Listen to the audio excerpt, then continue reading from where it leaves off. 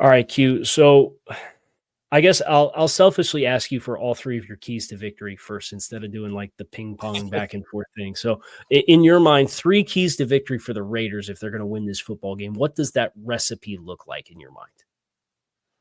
Well, first and foremost, they can't turn the ball over. That's something that's plagued them all season long. Their turnover ratio is terrible, giving the ball away, 19 times and only taking the ball away like three. So, I mean, three or four. So, I mean, again, coming off the bye, they need to be refocused. They need to make sure they protect the ball.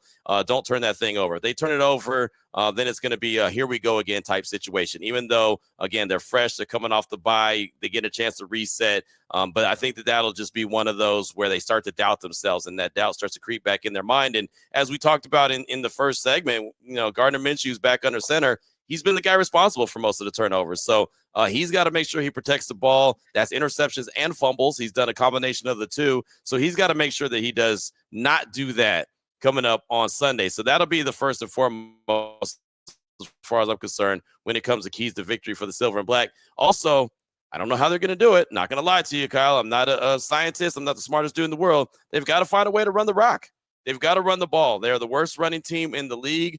For this offense to go, North Turner, Scott Turner, they want to run the ball. That's something that they're going to try to build off of. I don't know how they're going to get there, whether that's pass the ball to set up the run or run the ball to try to set up the pass. But they've got to find a way to be able to run the ball and keep their defense somewhat fresh, especially being there in South Beach. And I know it's mid-November, but it's still South Beach, right? And so there's still, as far as I'm concerned, an advantage anytime Miami plays at home. So that defense is going to have to stay fresh. They're going to have to find a way to be able to run the rock. So that'll be key number 2 to getting a Raiders victory. And then key number 3, I think that the playmakers just got to get the ball early and often. Right. Again, they've got to run the ball, but you've got to see a heavy dose of Brock Bowers. You've got to see a heavy dose of Jacoby Myers. And that's what it is, man. At some point, you got to lean on your big time players to make big time plays. I expect that the game will probably be close unless for some reason the Raiders turn the ball over a few times early and then Miami just runs away with it. But, if the game goes the way that the Raiders want it to go, it'll be close. And if it is, then at the end, they're going to need their playmakers to step up and make plays. So I expect that Bowers and Jacoby Myers will be heavily involved in getting the ball and getting into the end zone a couple times. And, just a side note, while they're not turning the ball over, probably create a turnover or two as well. So I'm selfishly going to throw, 4 in there, but that's just kind of what they've got to do. And, they really don't have an identity. They've gone through 9 games already through 10 weeks, and they don't have an identity of who they are offensively or defensively. So that's something that they're going to have to establish, but we won't know it until we see it come Sunday versus Miami. So as far as I'm concerned, those are the biggest keys for the Raiders to get a victory come Sunday. For you and the Dolphins, what do you think that it has to happen for them to come away with the victory and stay in the hunt there? Yeah, I think for Miami, a couple things come to mind. The first thing offensively is they need to have a clean operation. They have been a team the first 2 years under Mike McDaniel that's been very explosive play reliant. The explosive plays have not come, but they have in turn found success with methodical 8, 9, 10 play scoring drives, especially since the return of Tua Tagovailoa against the Arizona Cardinals the last 3 weeks. I think they were penalized once offensively against the Rams on Monday Night Football. And it hasn't been like the backbreaking, here's a 12-yard run with an offensive holding and it's a net 22-yard loss. And then it puts you behind the chains and the whole drive is dead, right? Like, so for that, making sure that they're keeping their hands inside the strike zone and the blocks. I think there'll probably be a little bit more vertical and downhill run game oriented without Austin Jackson, their starting right tackle. And I think if you're going to have success making Max Crosby kind of think a little bit more instead of just teeing off and getting up the field, you are going to want to run some power at him, try to pull guards to him, try to bring the tight end extra attention his way.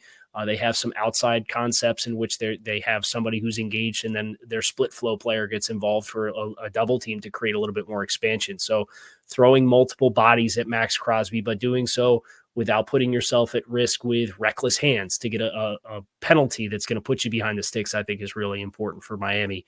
I think finding the right balance of their defensive personnel, knowing that this is a team that has Brock Bowers at tight end. I believe Michael Mayer's back on the practice field. Yeah, Big Mike is back.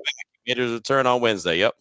So that expecting to see 12 personnel with Mhm. those two guys, you're going to have to dip a little deeper into your defensive line rotation for interior guys if you're going to play base and not play nickel against those guys. And if you're going to do that, finding the right combinations of groups of guys where it's been Calais Campbell and Zach Sealer have been awesome. But outside of that, Deshaun Hand's been a solid rotational guy, but Benito Jones has been very up and down as a nose tackle type player.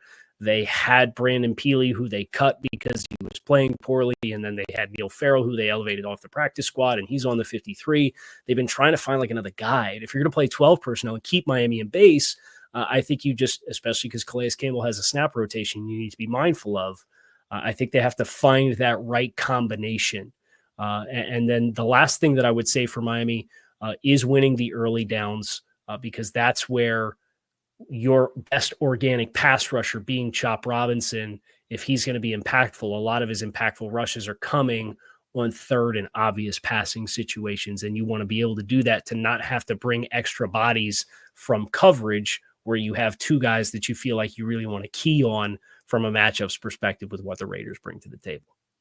Yeah, man, it's going to be a fun matchup. It really is. And again, I mean, with the Raiders and they have so many questions, right? I just want to see what version of this team is going to be out there. And again, the season has not gone obviously the way that anyone expected it to go, Antonio Pierce or anyone in that locker room.